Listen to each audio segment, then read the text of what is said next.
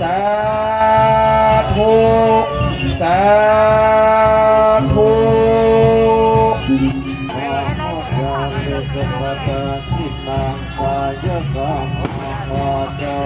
สุด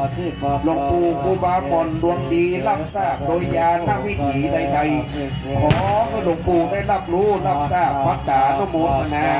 บัดนี้เข้าครูวรธรรมวีรพงศ์ตุ้นหน้าแก่นพัดอยู่โดยหลวงปู่และลูกศิษย์ทุกคนได้ฮักและเคารพหลวงปู่ได้รำลึกนึกถือความดีระลึกนึกถึงหลวงปู่เสมอประเด็นละได้ลืมปากันขึ้นสร้างห้างแปลงยังสาลูกหลวงปู่เอาเป็นที่ไหวที่สาสักการะบูชาขอดวงวิญญาณหลวงปู่รับรู้รับทราบเนิ่ดังนั้นลูกศิษย์ทุกคนเอาหลวงปู่เป็นสารณะที่ปึ้งเป็นที่ไหวที่สาขอหลวงปู่ได้มาโปรดเมตตาอภิรมจงยืดยินดีปันโจปันใจขึ้นร่ำรวยดวงดีเหมือนยืดบารมีหลวงปู่เด้ออายุมันขวัญยืนถ้ามีอายุยืนเหมือนหลวงปู่เอานี่เด้อขอก็อยู่เหนือบุญญาบารมีขอโชคดีดวงดีเด้อสาธุพร้อมกันเด้อสาธุสาธุสาธุสุวังกะสังโฆ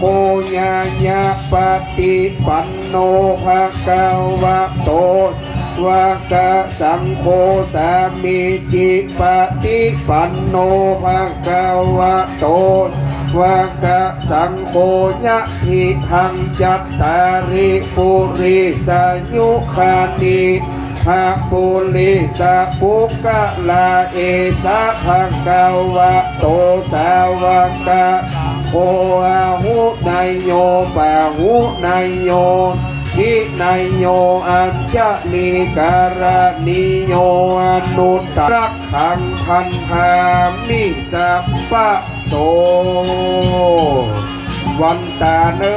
วันตาหลวงลวดเลยนะครับวันตาเนาะวันตามิทันเตสัพพังอปะราทังคัมมันเมพันเตมายากะตังปุญญังสามินาอนุโมตปังสามินากะตังปุญญังไมหังตาตัปังสาธุสาธุอนุโมตามิ